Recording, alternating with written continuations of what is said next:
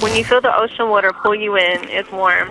A warmth that brings you to this peaceful place where all your troubles float away. That is what I have heard. I am Tiffany Simpson, and I am 27 years old. I have never swam in the ocean.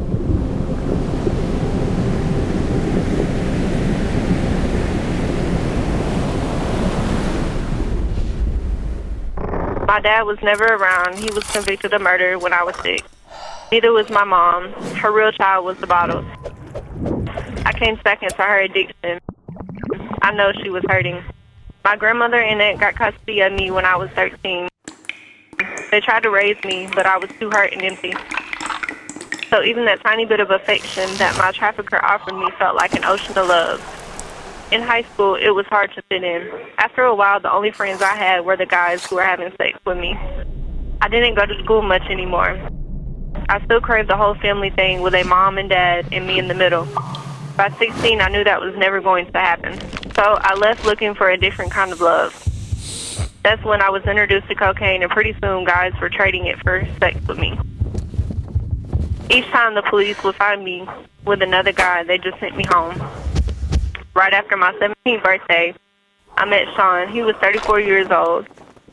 It really felt like love, like all those butterflies and stuff. Only to him, I was just a walking paycheck. My heart was the bank where he deposited all his sweet thoughts and took out all his abuse. Love was my real addiction. I knew he didn't love me, but I felt warm when he said it anyway. He would take me to strange places and force me to have sex with the men there. Men who didn't listen when I asked for help. I just kept thinking. There was nowhere for me to run to, even if I had tried. Go back to a home where I felt no love, or to a school where teachers looked at me like I was trash. Sean said he loved me, that he would take care of me. Now I know it wasn't love. It was an ocean of fear that drowned me.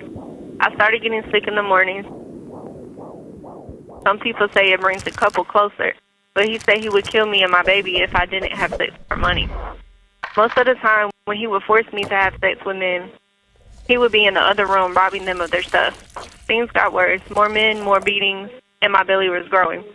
One day I actually called my grandmother to come and get me, but when she arrived, he was behind me holding me by my hair. I told her I changed my mind. Sean said he would set my grandmother's house on fire and kill her if I tried anything like that again. I believed him. I was trapped, ashamed, and alone. The chains were heavier. I didn't have the word then, but I do now. I was a slave. I would go months without seeing my family because my face was covered in bruises. I started thinking of suicide. Death started to sound sweet. When I found out I was having a baby boy, I told Sean I wanted out. He dug a knife into my leg and refused to take me to the hospital. I started to lose so much blood that he finally took me, but he never left my side. I wanted to ask for help, but was so scared. I wish to this day that I had risked it all and spoken up. Sean was being nice to me. It turned out that he wanted me to lure a 13-year-old girl to him. I said no, but he beat me again. I had to save my baby. When she texted me she was going to run away, he grabbed my phone and started texting her to meet soon. Soon we were driving to Caitlin up. He drove us down a dirt road to a house where 4 men were waiting. Caitlin was scared when they touched her, but she was eventually forced into a room with one of them. He handed Sean the money. I had to have sex with the other 3 men. I was too scared to try and help her. When the police came, I thought they were here to help me. I thought that I would have my baby and be a normal girl, only they treated me like the criminal and said I was a child prostitute. The police charged me with sex trafficking. They saw me as a bad person. The lawyers and judge did too. My own attorney called me damaged goods. I started to believe I was guilty. I felt like I had disappeared off the face of this earth, or maybe no one had ever seen me at all. I feel that people see us as statistics unless it happens to them or someone they love. Society wanted me in a cement box so they didn't have to look at their mistake. A year later, I read a U.S. Today article about sex trafficking. I wrote to Andrea, the woman in the article, and asked her, am I a victim of sex trafficking or am I just a prostitute?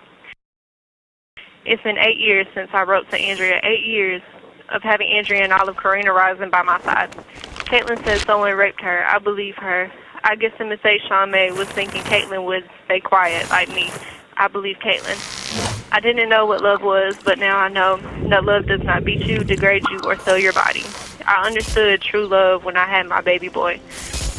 They say that when you die, you see the most beautiful things. I hope to see myself with my child by the ocean. If you believe survivors today, then tomorrow there will be less victims. This call is being terminated due to a system error. Please hang up and try your call again. This call is being terminated due to a system error. Please hang up and try your call again at a later time.